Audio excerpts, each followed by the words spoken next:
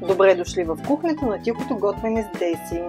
В българската традиционна кухня има ястия като мишмаш, които са доста популярни и разбира се много обичани. Като всяко такова ястие обаче, всяко семейство си има своята рецепта и сега аз ще ви покажа как се приготвя това ястие у дома. А за целта сме загряли тигана с олиото и сега ще сложим лука, за да го запържим.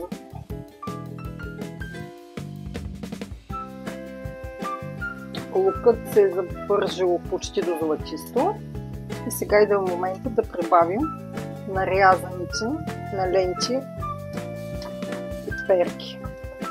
Виждате, че имаме зелен, имаме и малко червен пипер.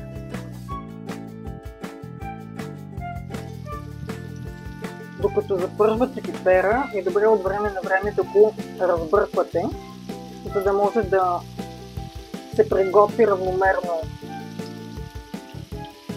от всички страни. Може, разбира се, при желание да ползвате и печен пипер, като за целта трябва да го изпечете, обелите и нарежете. Ние в случая ползваме суров. Пипер е помекнал, не е сготвен съвсем, но сега е момента да прибавим нарязаните на купчета домати.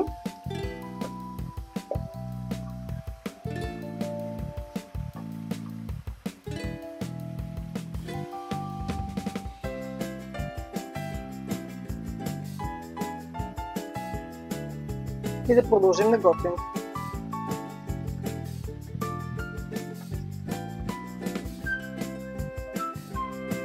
Когато доматите завряха, сложихме капака върху тигана, за да улесним процеса на готвене. Хубаво е от време на време да отхлюпвате и да разбърквате. Когато течността намалее, ще сме към финала на приготвяне на нашето ястие.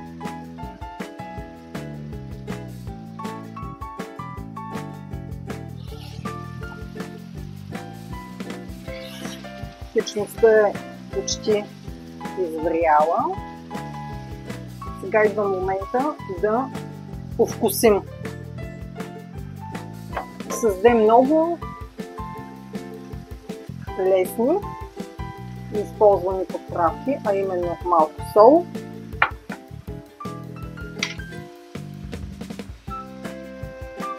малко сладък червен пипер,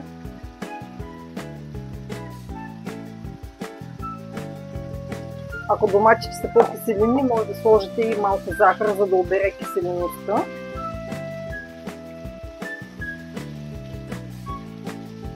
Разбъркваме и оставяме за около 1 минута да се повкуси добре.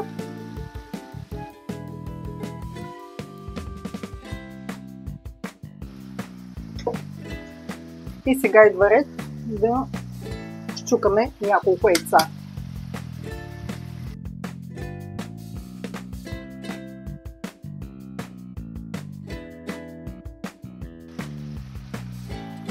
И започваме да бъркаме.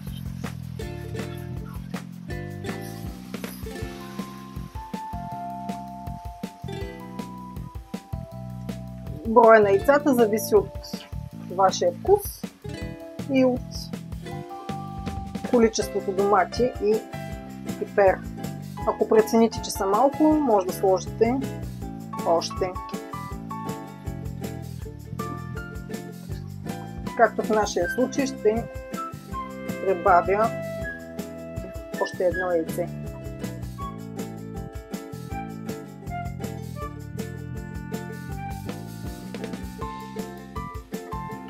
Разбъркайте добре. Ще изключим котлона и ще оставим мишмаша за около минута да покъкри, за да може да се доприготвят яйцата, след което ще сервираме.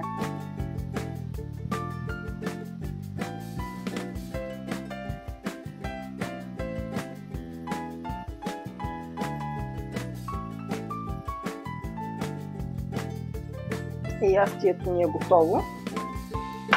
Ще го отнемем от котлона и сме си приготвили чиния, в която ще сервираме.